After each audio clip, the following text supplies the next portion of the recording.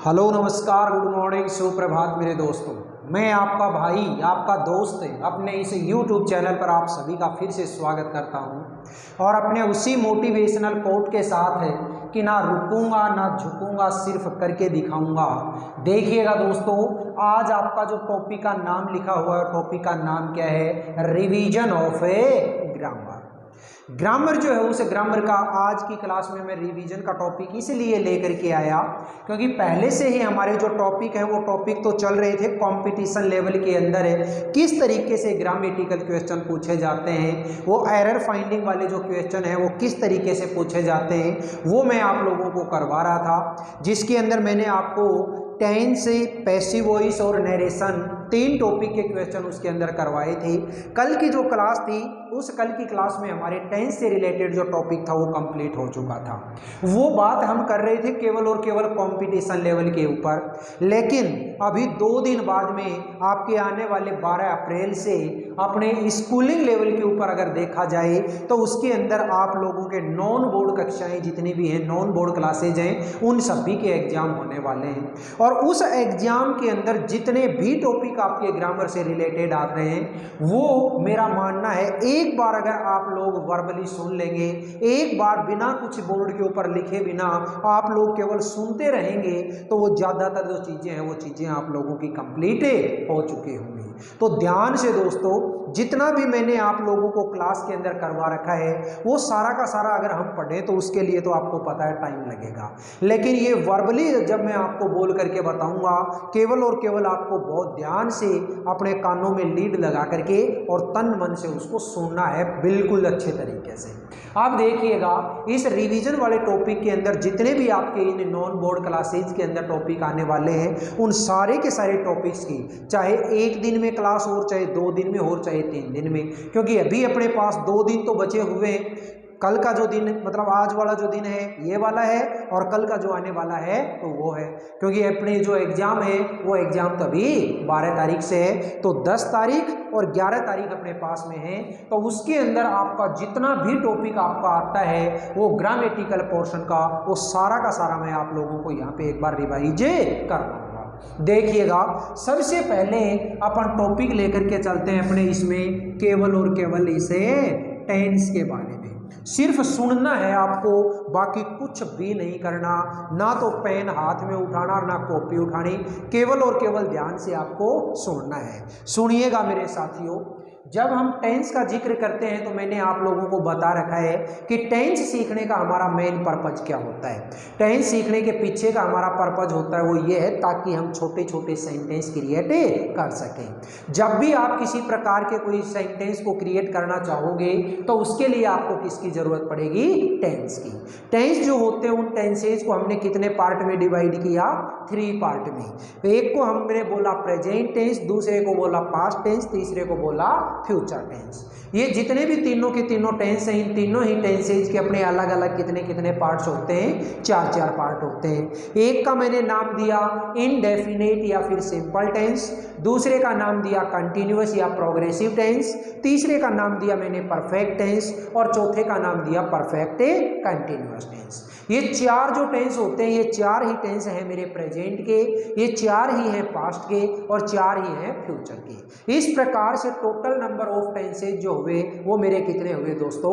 12। इन 12 tenses में से हम 1 बाय 1 लेकर के अगर चलते हैं तो सबसे पहला जो टेंस है उस टेंस के अंदर आप लोगों को क्या क्या चीजें याद रखनी है, और मैं तो आपको ये कहूंगा कि मैंने आप लोगों को टेंस की एक टेबल करवा रखी है, आप सिर्फ और सिर्फ उस टेबल को ध्यान से देखिएगा।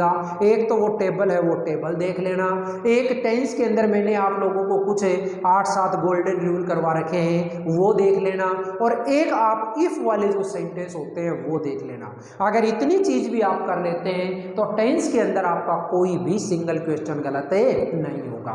ध्यान से सुनिएगा। अब प्रेजेंट सिंपल टेंस, और प्रेजेंट सिंपल जो टेंस होता है उसे प्रेजेंट सिंपल टेंस के अंदर आपने देखा कि उसकी पहचान क्या होती है। जो हिंदी के सेंटेंस होते हैं उनके लास्ट में ता है, ती है, ते है, ता हूँ, ती हूँ, इस तरीके की साउंड निकलती है।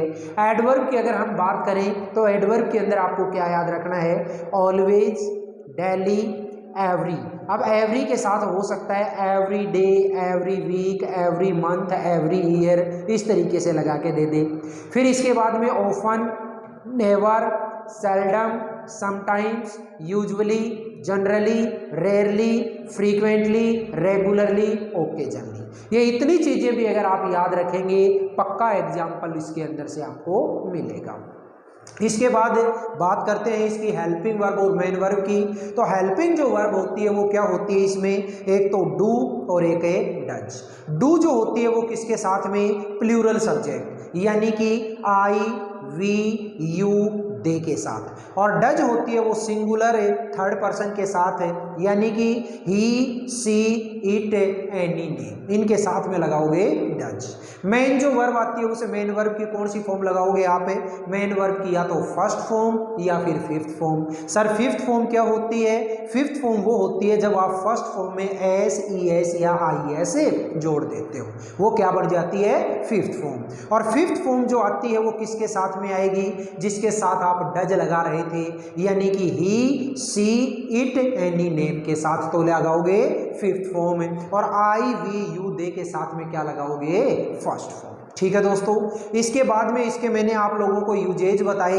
यूजेज के अंदर आप याद रखिएगा, अगर कोई भी यूनिवर्सल फैक्ट का सेंटेंस है, कोई भी हैबिचुअल फैक्ट का सेंटेंस है, कोई भी साइंटिफिक फैक्ट का सेंटेंस है, किसी प्रकार की कोई प्रोवर्ब है, कोई न्यूज़पेपर की हेडलाइन है, किसी भी प्रकार की कोई कमेंट्री है, या फिर कोई भी फ्यूचर प्लानिंग है, ये इतने सारी जो यूजेज होते हैं ये किसके होते हैं, हमेशा प्रेजेंट सिंपल टेंस के। यानी कि इन टाइप के जो सेंटेंस बनाओगे वो सेंटेंस हमेशा प्रेजेंट सिंपल टेंस के अंदर ही बनेंगे। ये था मेरा प्रेजेंट सिंपल जो टेंस होता है, इस प्रेजेंट सिंपल टेंस का ओवरव्यू। बात करते हैं दोस्तों प्रेजेंट कंटिन्यूअस की। तो प्रेजेंट कंटिन्यूअस जो होता है उस प्रेजेंट कंटिन्यूअस के अंदर क्या क्या चीजें आती हैं, ध्यान से सुनना। प्रेजेंट जो कंटिन्यूअस होता है उसके अंदर इसकी पहचान हो जाएगी, हिंदी के जो सेंटेंस होते हैं उसके लास्ट में रहा है, रही है, रहे हैं, रहा हूं, रही हूं, इस तरीके की साउंड निकलती है। इसकी एडवर्ब की अगर हम बात करें तो at this time, at this moment, at present, in these days, now, today, look, listen, nowadays. ये इस प्रकार की जो एडवर्ब होती हैं वो हमेशा किसकी होती हैं, प्रेजेंट कंटिन्यूअस की। प्रेजेंट कंटिन्यूअस के अंदर जो हेल्पिंग वर्ब होती है वो इज, एम, आर। इज होती है वो सिंगुलर सब्जेक्ट के लिए, एम होती है वो आई के लिए, और आर होती है वो प्लूरल सब्जेक्ट के लिए। मेन जो वर्ब आती है उस मेन वर्ब की हमेशा कैसी फॉर्म लगाओगे, फोर्थ फॉर्म। फोर्थ फॉर्म का मतलब क्या होता है, फर्स्ट फॉर्म प्लस ING। इसका जो यूज की अगर हम बात करें तो यूज केवल और केवल एक ही याद रखना है कि जो फ्यूचर प्लानिंग आप लोग प्रेजेंट सिंपल टेंस में लिख रहे थे उसी फ्यूचर प्लानिंग को आप गोइंग टू यूज में लेते हुए किस में लिख सकते हो, प्रेजेंट कंटिन्यूअस टेंस में लिख सकते हो। जैसे मान लो मैंने एक छोटा सा एग्जांपल दिया, we are going to take examination, annual examination next week. अगले सप्ताह हमें हमारी एनुअल एग्जामिनेशन देने जा रहे हैं। तो ये क्या है, अपने आप में एक फ्यूचर का सेंटेंस है। ठीक है दोस्तों, जिसको मैंने लिखा किसमें है, प्रेजेंट कंटिन्यूअस टेंस के अंदर। नेक्स्ट देखिएगा, अगला मेरा जो टेंस का नाम आता है उसका नाम है प्रेजेंट परफेक्ट। और प्रेजेंट परफेक्ट जो होता है, इस प्रेजेंट परफेक्ट के अंदर आपको क्या क्या याद रखना है, इसकी पहचान, कोई भी हिंदी का सेंटेंस होता है उसके लास्ट में चुका है, चुकी है, चुके हैं, चुका हूं, चुकी। अगर इसकी एडवर्ब की हम बात करें तो एक तो याद रखोगे आप ऑलरेडी, जस्ट, सो फार, सो लॉन्ग और येट। येट के अंदर याद रखना कि जब भी सेंटेंस के अंदर येट दिया हुआ हो तो बनने वाला जो सेंटेंस होगा वो मेरा कैसा बनेगा, नेगेटिव बनेगा। यानी कि जो हेल्पिंग वर्ब होती है उस हेल्पिंग वर्ब के बाद में क्या लगाना पड़ेगा, नॉट। हेल्पिंग वर्ब की अगर हम बात करें तो हेल्पिंग वर्ब इस टेंस में कौन सी हो जाएगी, एक तो होगी हैज और एक होगी हैव। हैज जो होती है वो तो सिंगुलर सब्जेक्ट के लिए, और हैव होती है वो प्लूरल सब्जेक्ट और आई के लिए। मेन वर्ब का अगर मैं जिक्र करूं तो मेन वर्ब की हमेशा कौन सी फॉर्म आएगी, थर्ड फॉर्म। बस इतना याद रखिएगा कि हैज, हैव और हैड इनके बाद में आने वाली मेन वर्ब की हमेशा ही कैसी फॉर्म होती है, थर्ड फॉर्म में होती है। फिर बात करते हैं दोस्तों प्रेजेंट परफेक्ट कंटिन्यूअस टेंस की। तो प्रेजेंट परफेक्ट कंटिन्यूअस टेंस के अंदर जो एडवर्ब होती है, जो इसकी पहचान होती है, वो पहचान तो क्या है, से रहा है, से रही है, से रही है। इसकी एडवर्ब की अगर हम बात करें तो एडवर्ब केवल दो ही होंगी इसमें, एक तो सिंस और एक है फॉर। और सिंस फॉर के जस्ट बाद में क्या दिया हुआ, एक है टाइम। टाइम जो होगा वो दो तरीके का, एक तो होता है पॉइंट ऑफ टाइम और एक को हम बोलते हैं period of A time. Point of time जो होता है उसके लिए आप क्या काम में लेओगे, सिंस, और पीरियड ऑफ टाइम जो होता है उसके लिए क्या काम में लेओगे, फॉर। फिर इसकी हेल्पिंग वर्ब अगर हम बात करें तो हेल्पिंग वर्ब होगी इसमें एक तो हैज बीन और एक है हैव बीन। हैज बीन जो होती है वो कौन सी किसके साथ आएगी, सिंगुलर सब्जेक्ट के लिए, और हैव बीन होती है वो किसके साथ में आएगी, प्लूरल सब्जेक्ट के लिए। फिर इसकी मेन वर्ब की अगर हम बात करें तो मेन वर्ब की कौन सी फॉर्म आएगी, फोर्थ फॉर्म, यानी फर्स्ट फॉर्म प्लस आईएनजी। ये था मेरा प्रेजेंट टेंस का ओवरव्यू। बात करते हैं दोस्तों पास्ट टेंस की। तो पास्ट जो टेंस होता है उस पास्ट टेंस के अंदर एडवर्ब की अगर मैं बात करूं तो पास्ट टेंस के अंदर सबसे पहले पास्ट है सिंपल या पास्ट इंडेफिनिट टेंस को लिया। इसकी हेल्पिंग वर्ब, इसकी जो पहचान होती है वो पहचान क्या होती है, कोई भी हिंदी का सेंटेंस होता है उसके लास्ट में ता था, ती थी, ते थे, या फिर या, ये इस टाइप की तो क्या होती है इसकी पहचान। इसकी एडवर्ब की अगर हम बात करें तो केवल और केवल दो तीन वर्ड याद रखने हैं, एक तो यस्टरडे, एक लास्ट और एक द प्रीवियस, एक अगो। याद रखिए लास्ट और द प्रीवियस जो है इसके साथ में आपके कोई भी वर्ड लगा करके दे दे, जैसे last day, last week, last month, last year. The previous के लिए भी ऐसा ही, the previous day, the previous week, the previous month, the previous year. फिर बात करते हैं इसकी हमें हेल्पिंग वर्ब की। तो हेल्पिंग वर्ब इसके अंदर केवल एक ही होगी और वो क्या होगी, डिड। मेन वर्ब जो होती है वो मेन वर्ब की इसमें क्या आती है, मेन वर्ब की सेकंड फॉर्म। और मेन वर्ब की सेकंड फॉर्म आप तभी लगाओगे जब सेंटेंस आपका सिंपल यानी कि अफर्मेटिव हो।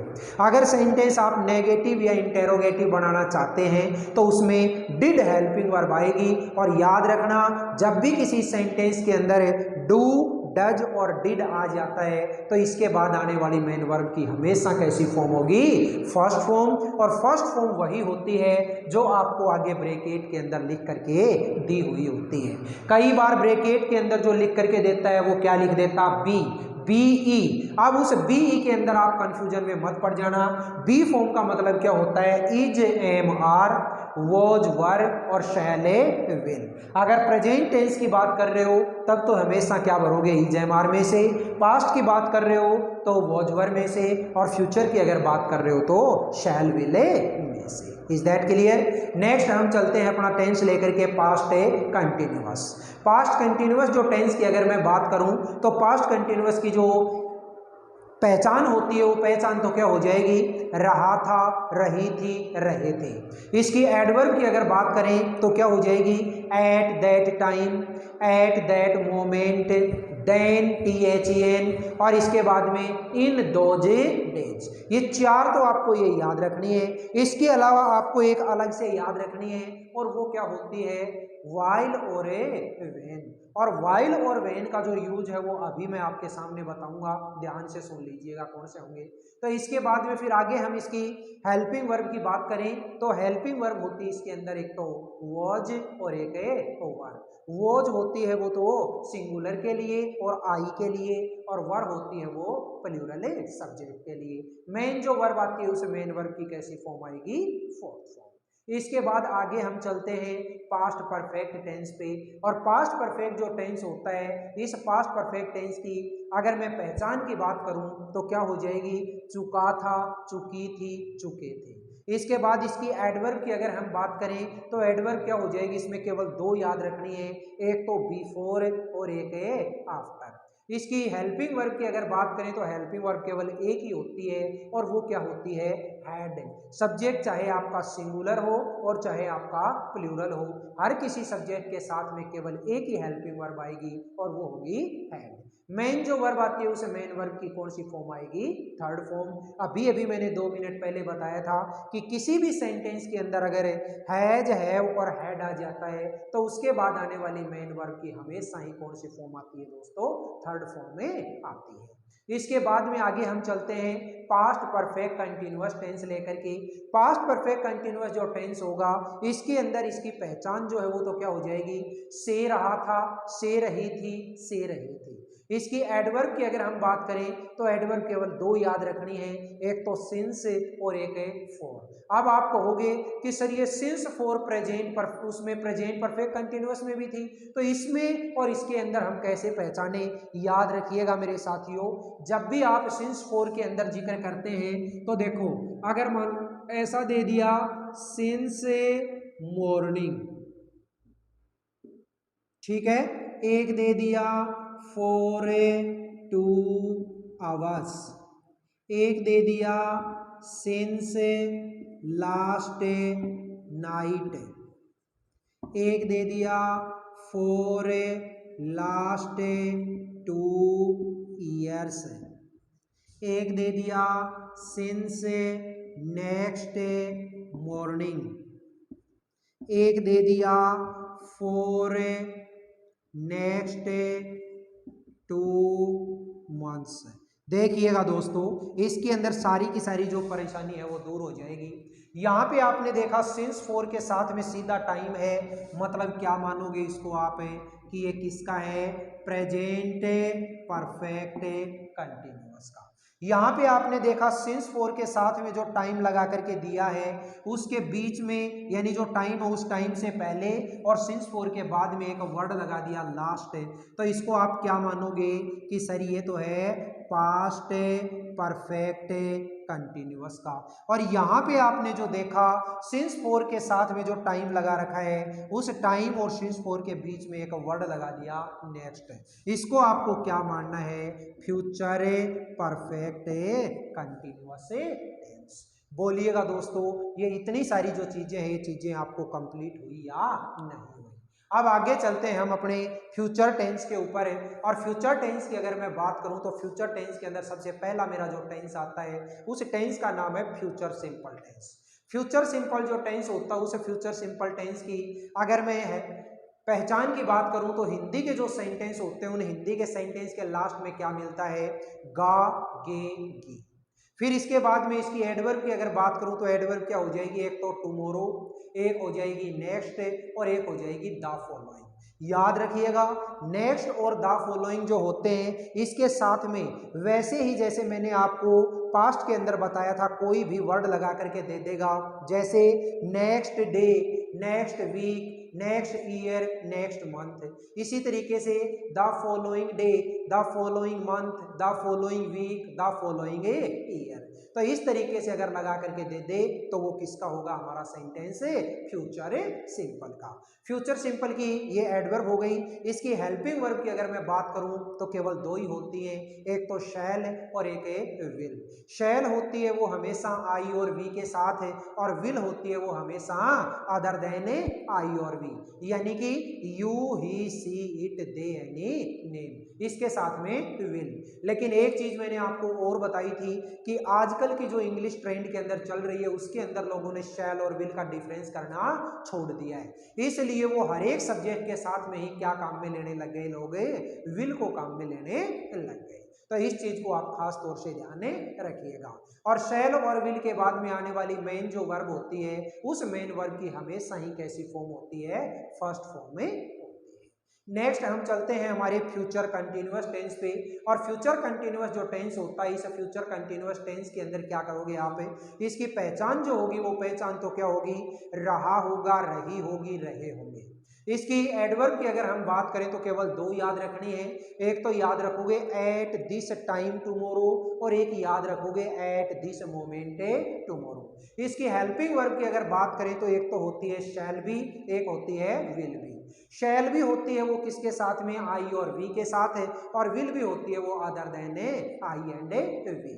मेन जो वर्ब आती है उस मेन वर्ब की हमेशा इसमें कौन सी फॉर्म आएगी, फोर्थ फॉर्म। ये हुआ मेरा फ्यूचर कंटिन्यूअस। इसके बाद में फ्यूचर परफेक्ट की अगर मैं बात करूं तो फ्यूचर परफेक्ट के अंदर है जो हमारी पहचान है वो तो क्या हो जाएगी, चुका होगा, चुकी होगी, चुके होंगे।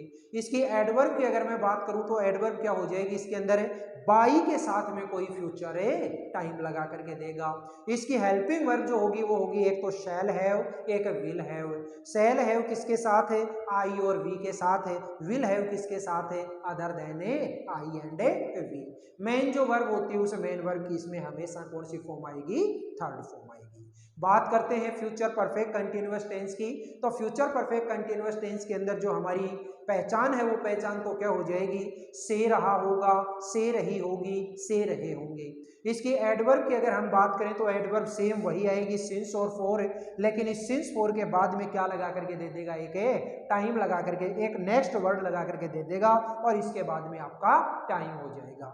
फिर इसके बाद में इसकी हेल्पिंग वर्ब अगर आती है तो वो कौन सी होती है, एक तो शैल हैव बीन और एक will have been. Shall have been होती है वो आई और वी के साथ में, और विल हैव बीन होती है वो other than I and we. इसके बाद में इसकी मेन वर्ब का अगर जिक्र करें तो मेन वर्ब जो होती है वो मेन वर्ब की हमेशा इसमें कौन सी फॉर्म आएगी, फोर्थ फॉर्म। ठीक है दोस्तों, ये तो बात थी मेरी केवल और केवल टेंस के अंदर है जो इसका ओवरव्यू था इसकी। अब हम बात करते हैं कि जो मैंने आप लोगों को कुछ 5-7 जो रूल बताए हुए हैं उन रूल्स को केवल और केवल कुछ एक मिनटों के अंदर ही आप लोगों को समझना है। यहाँ पे ध्यान से देखिएगा मेरे साथियों। रूल की अगर मैं बात करूं तो इसके अंदर आप लोगों को मैंने एक तो व्हाइल का रूल बताया था, याद हो तो ध्यान से देखिएगा, और अपनी कॉपी है उस कॉपी के अंदर बनाए गए जो नोट्स है उनको नोट्स को टटोलिएगा। व्हाइल के रूल के अंदर आपको केवल इतना याद रखना है कि यहाँ पे अगर फर्स्ट ब्लैंक के अंदर है वॉज या वर और इसके बाद में आईएनजी फॉर्म दे रखी है तो इस साइड में भी क्या हो जाएगी, वॉज, वर और आईएनजी फॉर्म। एक तो ये फॉर्मूला याद रखिएगा।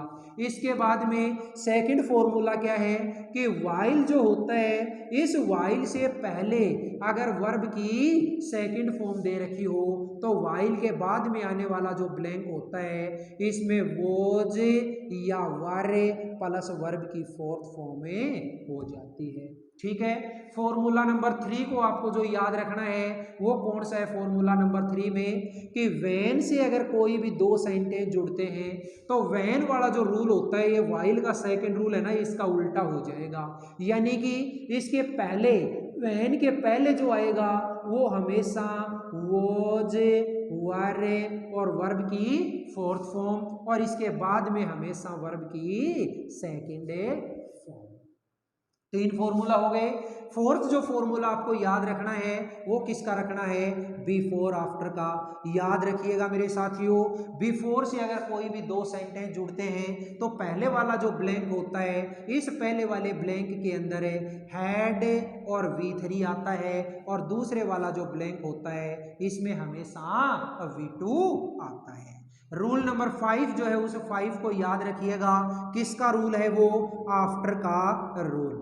और आफ्टर जो होता है इस आफ्टर से अगर कोई भी दो सेंटेंस जुड़ते हैं तो याद रखना आफ्टर के पहले वाला जो ब्लैंक होता है इसमें हमेशा क्या भरोगे आप, V2, और लास्ट वाला जो ब्लैंक होता है इसे के उसमें क्या भरोगे आप, हैड और V3। बोलिए पांचों के पांचों जो फॉर्मूला हैं ये पांचों फॉर्मूला आप याद रख लेंगे या नहीं रख लेंगे। ये तो यूज है मेरे वाइल, व्हेन और बिफोर आफ्टर के। इसके बाद में आपके आगे जो मैंने 3 इफ वाले कंडीशन के जो सेंटेंस करवाए वो भी एक बार देख लो, 1 मिनट की बात है, क्योंकि ये थोड़ी थोड़ी जो चीजें हैं, छोटी छोटी जो चीजें हैं, इन छोटी छोटी चीजों का आपको अभी एग्जाम के अंदर बहुत बेजा फायदा होने वाला है। तो देखिएगा ध्यान से, मैंने आपको इफ कंडीशन के जो सेंटेंस बताए इसमें 3 कंडीशन बताई थी। एक जो कंडीशन थी वो कंडीशन थी मेरी कौन सी, ओपन कंडीशन। दूसरी जो कंडीशन थी उस दूसरी कंडीशन का नाम क्या था, इमेजिनरी कंडीशन। और तीसरी कंडीशन का मेरा नाम क्या था, अनफुलफिलमेंट कंडीशन। जो फर्स्ट ओपन कंडीशन है उस ओपन कंडीशन का फॉर्मूला क्या था कि अगर इफ वाला जो सेंटेंस सेंटेंस है इसमें किसी भी सब्जेक्ट के साथ है क्या लगा दे, वर्ब की फर्स्ट या फिफ्थ फॉर्म में लगा दे। कहने का मतलब यह हुआ कि अगर इफ वाले सेंटेंस के अंदर प्रेजेंट सिंपल टेंस है तो आगे वाला जो सेंटेंस होगा वो हमेशा कौन सा होगा, विल शैल प्लस V1, यानी इफ वाला जो सेंटेंस है उसमें प्रेजेंट सिंपल तो आगे वाला जो ब्लैंक आएगा उसमें हमेशा फ्यूचर सिंपल टेंस से भरा जाएगा। रूल नंबर 1 कंप्लीट है। ओके, रूल नंबर 2 के अंदर क्या बताया था इमेजिनरी कंडीशन में कि इफ वाला जो सेंटेंस होता है इसमें किसी भी सब्जेक्ट के साथ है या तो वर लगा करके दे दे या फिर वर्ब की सेकंड फॉर्म लगा करके दे दे तो आगे आने वाला जो ब्लैंक होता है उसमें हमेशा आप क्या भरोगे, वुड प्लस V1 भरोगे। तीसरा जो रूल आया वो तीसरा रूल क्या होता है, अनफुलफिलमेंट कंडीशन, और उसके अंदर क्या रूल है, क्या फॉर्मूला है कि इफ वाला जो सेंटेंस है उसमें किसी भी सब्जेक्ट के साथ में अगर हैड और V3 लगा करके दे दे तो आगे आने वाला जो ब्लैंक होता है उसमें हमेशा क्या भरोगे, वुड हैव और V3 भरोगे। बोलिएगा मेरे दोस्तों, मैंने 5 रूल तो वो व्हेन व्हाइल आफ्टर बिफोर के और 3 रूल ये इफ कंडीशन के, मैं गारंटी दे सकता हूं 8 तो आप लोगों ने ये रूल याद कर लिए, फॉर्मूला याद कर लिए, और जो मैंने अभी अभी आप लोगों को टेंस का जितना भी रिवीजन करवाया वो रिवीजन अगर आप लोगों ने बहुत अच्छे तरीके से एक बार भी अगर सुन लिया, मैं तो आपको ये कहता हूं आपके पास इतना टाइम नहीं है, कोई दिक्कत नहीं है, आप डबल स्पीड में करके इस वीडियो को देखिएगा, लेकिन एक बार देखना जरूर। आपकी एग्जाम के अंदर है अगर इस टेंस से रिलेटेड एक सिंगल क्वेश्चन भी गलत हो जाए तो मुझे आप बोलिएगा सर ये क्या हो गया, ठीक है। अब इसी के साथ में अगला जो टॉपिक है उस टॉपिक को और हाथों हाथ रिवाइज करते हैं, एक ही सेकंड के अंदर है, देखिएगा कैसे। देखिएगा मेरे दोस्तों, नेक्स्ट जो हमारा टॉपिक जो रिवीजन के लिए है वो कौन सा करेंगे हम अभी, डिटरमिनस। देखिएगा ये जो डिटरमिनस का जो टॉपिक है, डिटरमिनस का टॉपिक मैंने ऑलरेडी कम से कम 2 या 3 वीडियो पहले से इस चैनल के ऊपर डाल रखी हैं, वो भी आप जरूर देख सकते हैं, लेकिन आज की इस क्लास के अंदर केवल और केवल कुछ मिनटों के अंदर हम रिवीजन करने वाले हैं, वो देखिएगा बहुत अच्छे तरीके से। तो साथियों, डिटरमिनस की जब भी बात आती है तो इस डिटरमिनस के अंदर मैंने आप लोगों को बताया था कि ये डिटरमिनस होता क्या है। ये डिटरमिनस आपने जो आर्टिकल सीखे हैं उस आर्टिकल का ही बाप है, यानी कि जो हमारे आर्टिकल है उस आर्टिकल का ही एक एक्सपांडेड फॉर्म अगर हम देखें तो वो क्या होती है, हमारी डिटरमिनस होती है। ध्यान से सुनना, जब ये डिटरमिनस आप लोगों को सीखने हैं तो उससे पहले आर्टिकल के बारे में आपको पता होना चाहिए, और आर्टिकल का अगर हम जिक्र करें तो आर्टिकल मैंने आपको करवाए थे, कितने टाइप के होते हैं, 3। वैसे उसके टाइप देखी जाए तब तो 2 ही होते हैं, एक को हम बोलते हैं इनडेफिनेट आर्टिकल और एक होती है हमारी डेफिनेट आर्टिकल। इनडेफिनेट जो आर्टिकल होता है उस इनडेफिनेट आर्टिकल के अंदर मैंने आपको बता रखा है एक ए का यूज और एक है ए एन का यूज। ए का यूज आप कहाँ करते हैं, ए एन का कहाँ करते हैं, तो इसके लिए आपको पता होना चाहिए हमारी जो इंग्लिश अल्फाबेट है उस इंग्लिश अल्फाबेट को हमने 2 पार्ट्स में डिवाइड कर रखा है, एक को हम बोलते हैं वोवेल और एक को बोलते हैं कॉन्सोनेंट। वोवेल कौन से होते हैं, ए ई आई ओ यू, और बाकी इसको अगर ए ई आई ओ यू को छोड़ दिया जाए तो बाकी जितनी इंग्लिश अल्फाबेट बची वो सारी की सारी क्या है, कॉन्सोनेंट। हमें केवल इतना याद रखना है कि कोई भी इंग्लिश का वर्ड है चाहे वो किसी वोवेल से शुरू हो चाहे वो किसी कॉन्सोनेंट से शुरू हो, लेकिन उसको बोलते टाइम अगर उसका शुरुआती प्रोनाउंसिएशन है हमारे हिंदी के स्वरों की तरह से निकलता है। हिंदी के स्वर कौन से, जैसे ए आ ई उ ए आई ओ औ, अगर हिंदी के स्वरों की तरह से उसकी शुरुआत का प्रोनाउंसिएशन निकलता है तब तो हम उसके पहले क्या लगाएंगे, ए एन, वरना क्या लगाएंगे, केवल ए लगाएंगे। Is that clear. इस ए और ए एन के अंदर आपको इतना ही याद रखना है। एग्जाम्पल कौन से हैं वो अपने वीडियो पे आप देख सकते हैं। अब इसके बाद में दा का यूज अगर हम करें तो दा जो है वो अपने आप में एक डेफिनेट आर्टिकल है, और डेफिनेट आर्टिकल है तो ये किसी ना किसी स्पेशल नाउन के पहले काम में लिया जाएगा। इसके रूल की अगर मैं बात करूं तो फर्स्ट रूल क्या बता रखा है कि कोई भी ऐसी नाउन है जिसको आप सेंटेंस में पहले काम में ले चुके और दोबारा अगर आप उसी को काम में लेना चाहते हैं तो उसके लिए हमेशा क्या काम में लेते हो, आप दा को काम में लेते हो। दूसरा रूल क्या बताया कि जितनी भी हमारी स्काई रिलेटेड जो चीजें होती हैं उनसे पहले हमेशा क्या लगाओगे, आप दा लगाओगे। जितनी भी हमारी डायरेक्शंस होते हैं इनसे पहले भी हमेशा क्या लगाओगे, दा लगाओगे। इसके बाद में जितनी भी फेमस नदियां हैं उनसे पहले दा, जितने भी ओशियंस हैं उनसे पहले दा, जितने भी फेमस ट्रेन्स हैं उनसे पहले दा, फेमस टेम्पल के नाम से पहले दा, फेमस जो हमारे न्यूज़पेपर हैं उनके नाम से पहले दा, फेमस जितने भी हमारी क्या ये कोई भी भवन या बिल्डिंग है उनके नाम से पहले दा, कोई भी अगर सुपरलेटिव डिग्री आती है उस सुपरलेटिव डिग्री से पहले दा। तो ये इतने सारे जो यूजेज हैं ये यूजेज आप लोगों को याद रखने हैं। इसके अलावा कौन सी ऐसी चीजें हैं जहां हम किसी प्रकार का कोई आर्टिकल काम में नहीं लेते, तो उसके लिए उसको हम क्या बोलते हैं, omission of A article. Omission of article का अगर हम जिक्र करें तो फर्स्ट रूल क्या याद रखोगे, किसी भी पर्सन के नाम यानी किसी व्यक्ति के नाम से पहले, किसी सिटी के नाम से पहले या किसी कंट्री के नाम से पहले कभी किसी प्रकार का कोई आर्टिकल नहीं आता। दूसरा रूल क्या याद रखोगे कि कोई भी अगर एब्स्ट्रैक्ट नाउन है और मटेरियल नाउन अगर होती है तो उसके नाम से पहले भी कभी कोई आर्टिकल नहीं आता। तीसरी चीज क्या याद रखोगे कि कुछ एक चीजें ऐसी होती हैं जो किसी स्पेशल पर्पज के लिए बनाई जाती हैं, और अगर उसी पर्पज के लिए हम उन चीजों को काम में लेते हैं तो उनके पहले किसी प्रकार का कोई आर्टिकल नहीं आता, लेकिन उस पर्पज के अलावा अगर हम उसको काम में लेते हैं तो उससे पहले हमेशा डेफिनेट आर्टिकल दा को यूज में लिया जाएगा। ये रूल हुए मेरे ओमिशन ऑफ ए आर्टिकल के। अब हम बात करते हैं इस डिटरमिनस की, तो इस डिटरमिनस के अंदर हालांकि जो अभी आर्टिकल बताए वो भी किसका पार्ट है, हमारे डिटरमिनस का ही पार्ट है। तो देखिए डिटरमिनस में एक तो आपको याद रखना है लिटिल और ए फ्यू को, तो याद रखिएगा दोस्तों लिटिल जो होता है इस लिटिल के अंदर आपको अलग से ए लिटिल और ए दा लिटिल भी याद रखना है।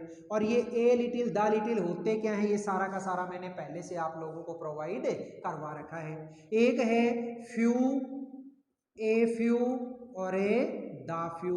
याद इतना ही रखना है कि ये वाली जो चीजें होती हैं ये अनकाउंटेबल के लिए और ये वाली जो चीजें होती हैं वो काउंटेबल के लिए। ये वाला जो लिटिल होता है वो अनकाउंटेबल के लिए जब सेंटेंस के अंदर नेगेटिविटी हो, और ये दोनों जो चीजें होती हैं ये हमेशा पॉजिटिविटी को शो करवाने के लिए। यहाँ पे अगर हम बात करें तो फ्यू होता है वो नेगेटिविटी को शो करवाता है, और ए फ्यू और दा फ्यू होते हैं वो पॉजिटिविटी को शो करवाते हैं काउंटेबल नाउन के लिए।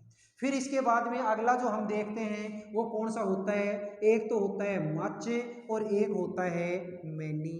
तो मच और मैनी जो होता है इसके अंदर भी मच होता है ये हमेशा अनकाउंटेबल नाउन के लिए, और मैनी होता है वो काउंटेबल नाउन के लिए। फिर इसके बाद में अगला जो आता है हमारा एक तो है सम में और एक है एनी। तो सम और एनी के अंदर इतना ही याद रखिएगा, सम होता है वो हमारा काउंटेबल और अनकाउंटेबल दोनों के लिए काम में आता है, लेकिन हमेशा सेंटेंस के अंदर पॉजिटिविटी को शो करता है। और एनी जो होता है इस एनी के अंदर केवल इतना याद रखिए कि ये सेंटेंस के अंदर नेगेटिविटी को शो करवाता है। अगर सेंटेंस नेगेटिव है तो उसके अंदर हमेशा क्या काम में लेोगे, एनी को काम में लेोगे। तो बोलिएगा मेरे साथियों, आज की इस क्लास के अंदर मैंने ये रिवीजन ऑफ ग्रामर की जो क्लास थी इसके अंदर कंप्लीट टेंस का और कंप्लीट आर्टिकल और डिटरमिनर्स का जितना भी मैंने आप लोगों को ये रिवीजन करवाया ये आपको समझ में आया या नहीं आया। इतना मैं जरूर कहूँगा साथियों कि एग्जाम से पहले पहले आप लोग एक बार इस वीडियो को बहुत शानदार तरीके से जरूर देखिएगा, और फिर एग्जाम में देखिए कितना आप लोगों को इस वीडियो का फायदा मिलता है, इस टॉपिक के अंदर आपको कितना ज़्यादा फायदा होता है। ठीक है दोस्तों, वीडियो अगर पसंद आए तो वीडियो को ज़्यादा से ज़्यादा लाइक करें, ज़्यादा से ज़्यादा इसको शेयर करें, कमेंट बॉक्स में कमेंट जरूर करें। और हाँ, एक चीज़